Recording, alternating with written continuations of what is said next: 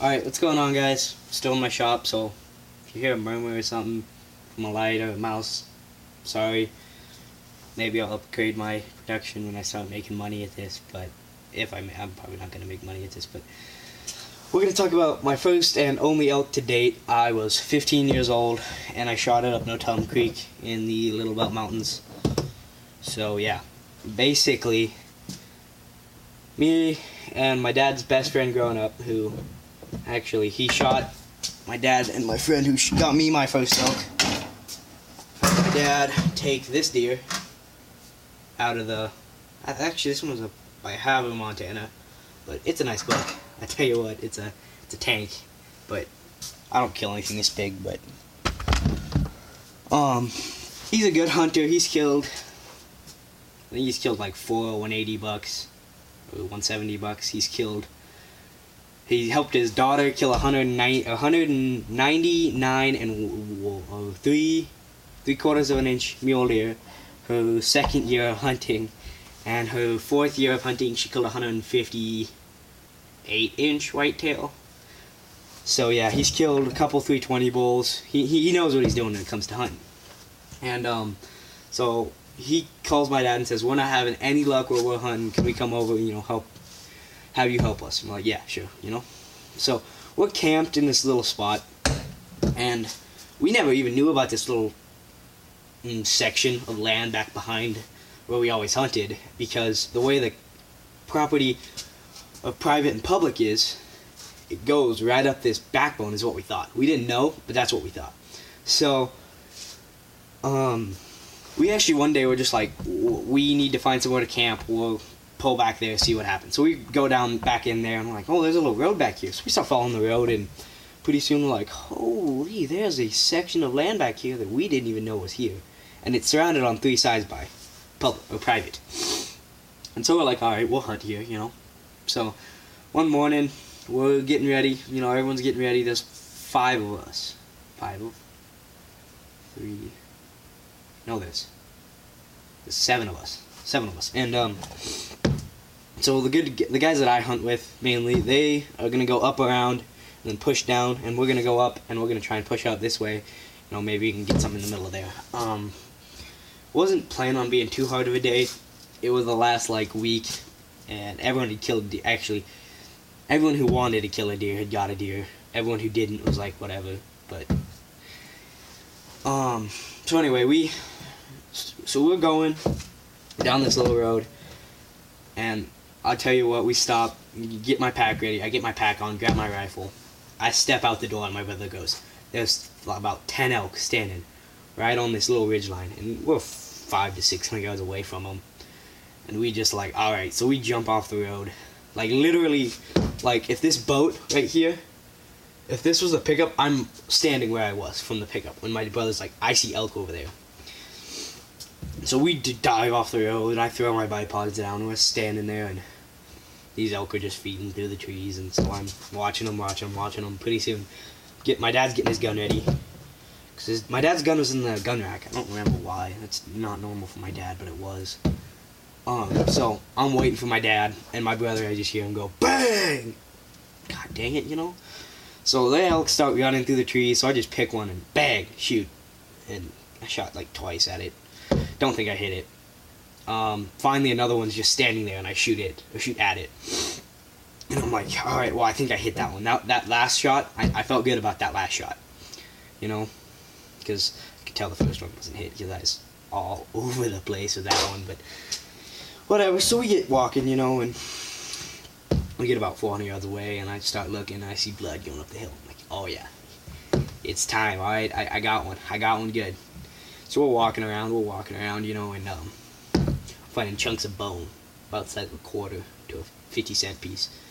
And I'm like, alright, she's got to be right down here. It's cow elk. I mean, I wasn't too picky. I wasn't looking for a bull. I mean, public land Montana with 7 dudes. I was happy to shoot anything. So we're looking for this elk, and pretty soon, finding blood, and here comes the fence that the public is on. Tracked that elk for probably 3/4 of a mile to a mile. And here's the fence. And I'm like, God dang it. So I call them up, the owners of the private. And I go, hey, I just shot a cow elk, finding big old chunks of bone. She's bleeding. She's going to be like dead right on your property. Can I just jump over and grab her real quick? I'm like, nope. No one's on our land besides our guys. All our guys are busy. We might be able to get one to you in like 2 weeks. But besides that, sorry. I worked. I called them like 3 times. All of them said no. So, I'm like, God dang it. That sucks. Or anyway, so at that point, I was just like, all right, well, I'm basically just pushing now, hopefully pushing a deer to one of my friends or my buddies or my brother or something, So I'm walking around. I still got my rifle because I got a bear tag and a wolf tag in my pocket, hoping I can fill those. And cruising around, and I walk up this little hill. I'm like, what's that standing over there? So I start looking at it, binos out. And, what is that? That looks like the head of an elk. So that looks just like the head of an elk. Take about 2 steps and it turns. I was like, oh. That is an elk, Like, in the way it's standing, it wasn't moving. And so I walked up, and I stand up, up on this hill, and I'm looking at it. All I got is back here, 2 inches of head, I'm probably going to hit that. I shoot my friend's 7 rum, because I don't remember what happened. I think, my dad broke his rifle. That's a long story. We got some hand loads from a friend, and they didn't pan out quite very well, so my dad's gun is at the gunsmith's right now. But anyway, we were, so I had my friend's 7 rum, and this cow elk, finally it turns its head like this and stretches up, I got right here on its neck. So I'm like, alright, well, it's about 35 yards, it was a hard shot. I probably could have hit it in the head, but I didn't know the rifle, didn't want to take the chance, and so I shot it right there, hits the ground, and I walked up to it, like, oh, sweet, I got my elk, this is good. Because I need the meat. We meat hunters around here. The occasion we get a big buck like the one I showed you, I think my dad's been hunting for 40 years and he's killed 2 that size. I've been hunting for 4 years and been lucky and got 1 decent whitetail. So, we need the meat, so it sucks I couldn't get the first one, but it's what happened. So I walk up there, and I'm like, oh, well, pull my tag out and notch it and wrap it around its leg, and I'm looking at its leg, and I'm like, man, its leg's busted. Pretty sure I'm looking at the leg, and I'm like, oh, wow, oh. It's been shot. Must be the one I shot. So, if it's standing like this, I hit about here. So I was a little low and to the right, yes, it'd be standing this way. I was a little low to the left, no right. So, I ended up taking it down. It is dead. I've got its skull up in the house. European mounted. It's just a little cow, but I'm happy. First elk. I couldn't ask for anything more. It was great too, because it was about that downhill with ice, so I just kind of got it going. It slid right to the pickup. Maybe 800 yards to the pickup, so that was nice. But yeah, that's the story of my first ever elk. And probably going to be the last one for a hot minute, because we don't know how to hunt elk very well. I mean, spend lots of time out in the mountains, but can't ever seem to get one. I guess this is a fun story. We were cruising up in the mountains. We stop, get out, and we're walking to a little park. And as soon as we step in the park, my dad's like, whoosh, pulls up and bang! What the hell? I look over, I see big old elk horns walking through, not even running yet, just kind of trotting through the trees. And I pull up, and I didn't get a shot right before he went to trees, but I mean, his horns were well behind his shoulders. Like, he's a 340 bull. Big old bull elk. Biggest elk I've ever seen in the wild. And everyone's like, I've killed a 408 bull elk on public land. Well, I haven't, so I was excited. So we start getting to it, and I see the back of it, and I mean, it's, on me, it'd probably be this wide. I mean, big old bull elk. So I see it, we're walking, like, away like this, and I'm like, my dad hit it. So I pull up, and as soon as I pull up, he dips behind the trees, and I didn't see him anymore.